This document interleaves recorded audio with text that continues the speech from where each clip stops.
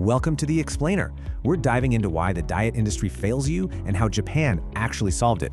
95% of diets fail, and honestly, it has absolutely nothing to do with your willpower. Your biology actually fights back, slowing your metabolism and spiking hunger hormones the second you start losing weight. But look at this contrast. Japan has an obesity rate of just 4.5%. It's incredible. It's a massive paradox. They eat carbs every single day, and almost nobody even goes to a gym. So what's the real secret here? Is it just lucky genetics, smoking, or some crazy restrictive dieting?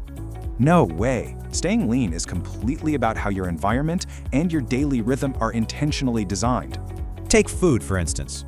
Japanese kids eat fresh, nutritionist-planned meals, completely skipping those profit-driven processed sugars. The crazy part? You can easily retrain your taste buds just by swapping out one processed item a week. They have tons of convenience stores, sure, but their default fast food is literally fresh fish and miso.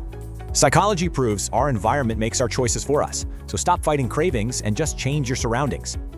Now check this out. The psychological secret here is hara hachibu, eating until you're just 80% full. By using smaller dishes with variety, your brain registers total satisfaction with way fewer calories and zero restriction. Amazingly, the average Japanese person consumes exactly half the sugar of an American every single day.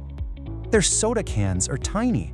It proves that satisfaction comes from the experience itself, not sheer liquid volume. Cutting back on sugar for just 2 months actually recalibrates your brain to taste sweetness way stronger. Plus, eating at consistent times forces your hunger hormones into a strict rhythm, totally killing late-night binges. Instead of grueling cardio, they rely on NEAT, which burns massive calories through constant, natural daily movement. You just walk, trains, climb stairs, and bike. It completely eliminates gym stress and recovery drain. It takes 20 full minutes for your brain to realize it's full. So, fast eaters almost always overeat. Simple tools like chopsticks force you to slow down, letting those fullness signals actually arrive on time. Finally, their meals are purely intentional. No scrolling, just reconnecting directly with your body's genuine hunger signals. When you design your life around these habits, staying lean effortlessly just becomes a part of who you are. So how are your hunger hormones being used against you? And what will you change about your next meal?